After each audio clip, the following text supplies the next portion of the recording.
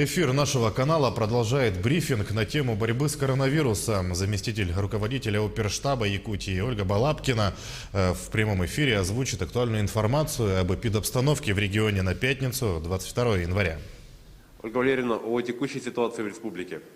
Добрый день, уважаемые жители Республики Саха-Якутия. Текущая санитарно-эпидемиологическая ситуация в республике характеризуется 145 выявленными случаями новой коронавирусной инфекции по данным Управления надзора по республике. На столицу нашей республики приходится 48 случаев. К сожалению, только меньше, как в 2 раза, а 24 случая приходится на Мирнинский район, где на настоящий момент достаточно большое количество выявлено из тех, кто вернулся с отпусков, выезжая на новогодние праздники. Для Алданского и Мигино-Кангаласского района характерно 14 и 11 случаев соответственно. 9 случаев зарегистрировано в Нерюнгринском районе и 8 случаев в Ленском районе.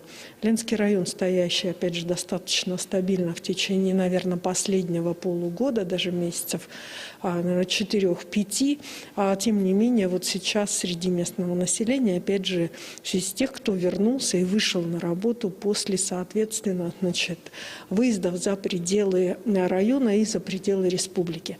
Поэтому я еще раз обращаю внимание всех граждан, которые во время новогодних праздников выезжали за пределы республики, соответственно, очень более внимательно относиться к своему здоровью, потому что от вашего здоровья зависит и здоровье рядом находящихся с вами людей.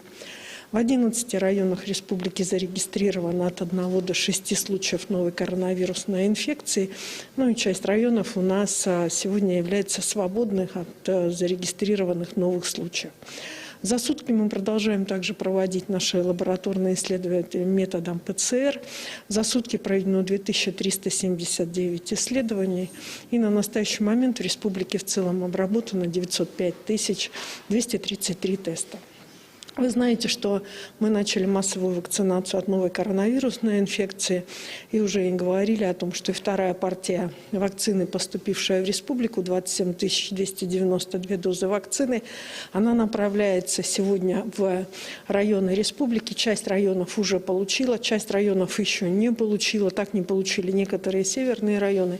В большей степени это связано непосредственно с темпы вакцинации, так как запись сегодня есть практически во всех поликлиниках. Соответственно, на удлиненном графике работы и в том числе работать будут выходные праздники, выходные дни, которые непосредственно для, вновь в целом граждан республики являются выходными, для медиков являются вновь рабочими днями.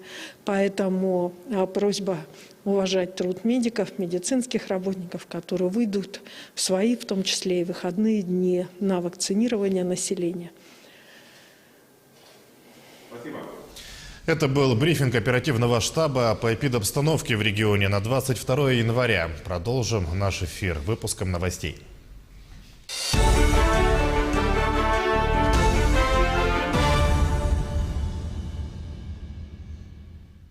Вы смотрите новости в прямом эфире. В студии Сергей Михедов. Здравствуйте. Выясняют причины трагического пожара в Мигино-Кангаласском районе. Информация о возгорании в частном жилом двухквартирном доме в селе Хаталума поступила накануне вечером. На момент прибытия добровольной пожарной команды поселка Хаптагай дом полыхал открытым огнем по всей площади. Огнеборцами в ходе тушения пожара были обнаружены тела 2 детей примерно 7 и 5 лет. В настоящее время обстоятельства и причины пожара выясняются.